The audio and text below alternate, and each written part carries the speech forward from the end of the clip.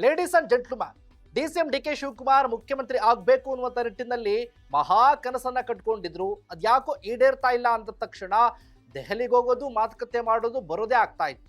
ಆದ್ರೆ ಈ ಬಾರಿ ದೆಹಲಿಯಿಂದ ವಾಪಸ್ ಆಗಿರುವಂತ ಡಿಕೆ ಶಿವಕುಮಾರ್ ಸಿಕ್ಕಾಬಟ್ಟೆ ಸ್ಟ್ರಾಂಗ್ ಆಗಿದ್ದಾರೆ, ಸಿಕ್ಕಾಬಟ್ಟೆ ಕಾನ್ಫಿಡೆಂಟ್ ಆಗಿದ್ದಾರೆ. ಈ ಬಾರಿ ಯಾವುದೇ ಕಾರಣಕ್ಕೂ ಮಿಸ್ ಆಗೋದೇ ಇಲ್ಲ ಅನ್ನುವಂಥ ಲೆಕ್ಕಾಚಾರದಲ್ಲಿದ್ದಾರೆ. ಹಾಗಾಗಿ ಈ ಬಾರಿ ಸಿದ್ದು ಅಂಡ್ ಟೀಮ್ಗೆ ಸರಿಯಾಗಿ ಟಾರ್ಗೆಟ್ ಮಾಡಿದ್ದಾರೆ. ಈ ಟಾರ್ಗೆಟ್ನ ಪ್ರಮುಖ ಅಸ್ತ್ರ ಯತೀಂದ್ರ ಕೊಟ್ಟಂತ ಹೇಳಿಕೆ. ಯತೀಂದ್ರ ಕೊಟ್ಟಂತ ಹೇಳಿಕೆನೇ ಹಿಡ್ಕೊಂಡು ಈಗ ಸಿದ್ದು ಅಂಡ್ ಟೀಮ್ಗೆ ಫುಲ್ ಶಾಕ್ ಕೊಟ್ಟಿದ್ದಾರೆ. ಹಾಗಾದ್ರೆ ಡಿಸಿಎಂ ಡಿಕೆ ಶಿವಕುಮಾರ್ ಹೂಡಿರುವಂತ ಬಾಣ ಯಾವುದು? ಯಾಕೆ ಯತೀಂದ್ರ ಹೇಳಿಕೆಯನ್ನು ಅಸ್ತ್ರವಾಗಿ ಮಾಡಿಕೊಂಡಿದ್ದಾರೆ? ಏನಿದು ಸ್ಟೋರಿ ಅಂತೀರಾ? ಎಸ್ ವೀಕ್ಷಕರೇ, ಇದೇ ಫೋಕಸ್ನ ಎಕ್ಸ್ಕ್ಲೂಸಿವ್ ಸ್ಟೋರಿ. ಕಾನ್ಫಿಡೆಂಟ್ ಡಿಕೆ, ನೆಲ ಜಲ ಭಾಷೆಗಾಗಿ ಪ್ರಾಮಾಣಿಕ ಪತ್ರಿಕೋದ್ಯಮ. ನೀವು ನೋಡ್ತಾ ಇದ್ದೀರಾ ಫೋಕಸ್ ಟಿವಿ. ನಾನು Shivu ರಾನರಾಪುರ.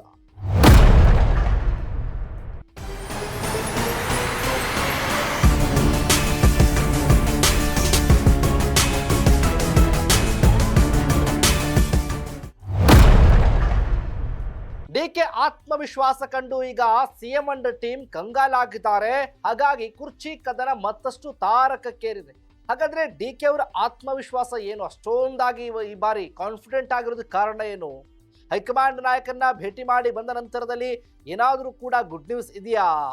CM Siddu and team ವಿರುದ್ಧ ಡಿಕೆ ಮಾಸ್ಟರ್ ಪ್ಲಾನ್ ಮಾಡಿದ್ದಾರೆ. ಡಿಕೆ ಈ ಪ್ಲಾನ್ಗೆ ಸಿದ್ದು ಅಂಡ್ ಟೀಮ್ ಕಂಗಾಲಾಗಿರೋದು. ಸಿದ್ದು ವಿರುದ್ಧವೇ, ಅದು ಸಿದ್ದರಾಮಯ್ಯನವರ ವಿರುದ್ಧವೇ ಸೆಟೆದು ನಿಂತಿದ್ದಾರೆ ಈಗ ಕನಕಪುರದ ಕುಬೇರ ಡಿಸಿಎಂ ಡಿಕೆ ಶಿವಕುಮಾರ್. ಸಿದ್ದರಾಮಯ್ಯ ಅವ್ರನ್ನ ಈಗ ಟಾರ್ಗೆಟ್ ಮಾಡಿದ್ದಾರೆ ಡಿಕೆ ಅಂಡ್ ಟೀಮ್ ಇಬ್ರು ಕೂಡ. ಹೇಗೆ ಅಂದ್ರೆ, ಸಿಎಂ ಸಿದ್ದರಾಮಯ್ಯ ಅವರ ಪುತ್ರ ಯತೀಂದ್ರ ಪದೇ ಪದೇ ಹೇಳಿಕೆಗಳನ್ನ ಕೊಡ್ತಾ ಇದ್ರಲ್ಲ, ಮಾಧ್ಯಮದವ್ರ ಮುಂದೆ ಬರೋದು, ಹೇಳಿಕೆಯನ್ನ ಕೊಡೋದು. ಒಪ್ಪನೇ 5 ವರ್ಷ ಸಿಎಂ ಸಿದ್ದರಾಮಯ್ಯರೇ ಇರ್ತಾರೆ, ಯಾವುದೇ ಬದಲಾವಣೆ ಇಲ್ಲ, ಹೈಕಮಾಂಡ್ ಹೇಳ್ಬಿಟ್ಟಿದೆ ಅಂತ. ಅದೇ ಹೇಳಿಕೆಯನ್ನ ಈಗ ಅಸ್ತ್ರವಾಗಿಸ್ಕೊಂಡಿದ್ದಾರೆ ಡಿಕೆ ಶಿವಕುಮಾರ್.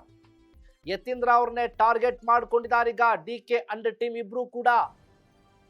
ಯಾಕಂದ್ರೆ ಪುತ್ರನನ್ನ ಗುರಿಯಾಗಿಸ್ಕೊಂಡು ಸಿದ್ದರಾಮಯ್ಯ ಅವರ ಬಲವನ್ನ ಕುಗ್ಗಿಸಬಹುದು ಅನ್ನುವಂತ ಮೆಗಾ ಪ್ಲಾನ್, ಮಾಸ್ಟರ್ ಪ್ಲಾನ್ ಮಾಡ್ಕೊಂಡಿದ್ದಾರೆ ಡಿಸಿಎಂ ಡಿಕೆ ಶಿವಕುಮಾರ್ ಅವರು. ಅದು ಹೆಂಗಾಗುತ್ತೆ, ಯಾವ ರೀತಿ ವರ್ಕೌಟ್ ಆಗ್ಬಿಡುತ್ತೆ ಅದು?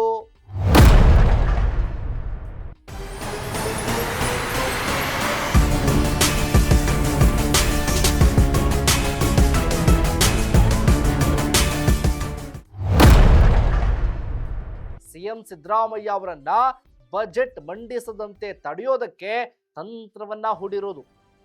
ಬಜೆಟ್ಗೂ ಮೊದಲೇ ಸಿದ್ದರಾಮಯ್ಯ ಅವ್ರನ್ನ ಕೆಳಗಿಳಿಸಬೇಕು ಏನಾದರೂ ಮಾಡಿ ಅನ್ನುವಂಥ ಲೆಕ್ಕಾಚಾರದಲ್ಲಿ ಡಿಕೆ ತಂತ್ರಗಾರಿಕೆಯನ್ನು ಮಾಡ್ತಾ ಇದ್ದಾರೆ. ಡಿಕೆ ಶಿವಕುಮಾರ್ ಅವರ ಪ್ಲಾನ್ ಯತೀಂದ್ರ ಹೇಳಿಕೆಯನ್ನೇ ಪ್ರಬಲ ಅಸ್ತ್ರವಾಗಿ ಬಳಕೆ ಮಾಡಿಕೊಂಡು ನಾವು ಅವರಿಗೆ ತಿರುಗುಬಾಣವನ್ನ ಬಿಡಬೇಕು ಅನ್ನುವಂಥ ಲೆಕ್ಕಾಚಾರ. ಯತೀಂದ್ರ ಹೇಳಿಕೆಗಳನ್ನೇ ಪಕ್ಷ ವಿರೋಧಿ ಹೇಳಿಕೆ ಅಂತ ಬಿಂಬಿಸೋದು.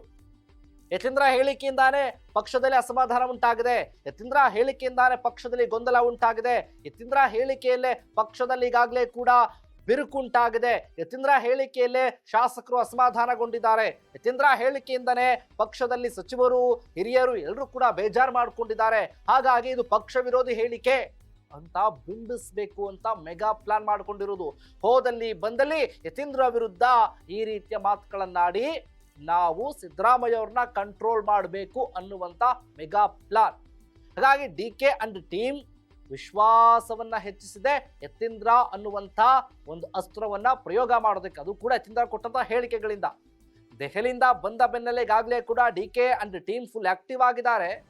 ಡಿಕೆ ಅಂಡ್ ಟೀಮ್ ನಲ್ಲಿ ಈಗಾಗಲೇ ಕೂಡ ಆತ್ಮವಿಶ್ವಾಸ ಕೂಡ ವೃದ್ಧಿ ಆಗ್ತಾ ಇದೆ.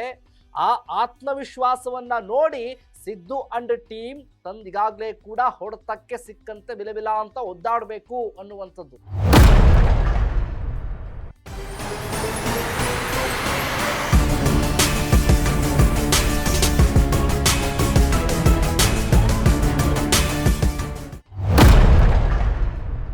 ಡಿಕೆ ಅಂಡ್ ಟೀಮ್ ತಂತ್ರಗಳಿಗೆ ಅನುಭವಿ ರಾಜಕಾರಣಿ ಸಿದ್ದರಾಮಯ್ಯ ಮಾತ್ರ ಯಾಮಾರ್ತಾರಾ?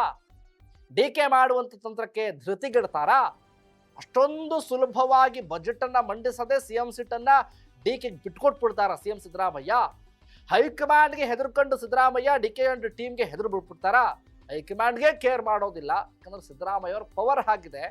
ಅಂಥದ್ರಲ್ಲಿ ಈಗ ಈ ವಿಚಾರಕ್ಕೆ ಮಣಿದು ತಾನಾಗೆ ಎಲ್ಲ ದಾನವನ್ನ ಮಾಡಿಬಿಡ್ತಾರಾ? ಗೊತ್ತಿಲ್ಲ. ಕಾದು ನೋಡಬೇಕಾಗಿದೆ. ಇದೇ ಫೋಕಸ್ನ exclusive story confident D K. S ವೀಕ್ಷಕರೇ, ನೆಲ ಜಲ ಭಾಷೆಗಾಗಿ ನೋಡ್ತಾ ಇರಿ ಫೋಕಸ್ ಟಿವಿ.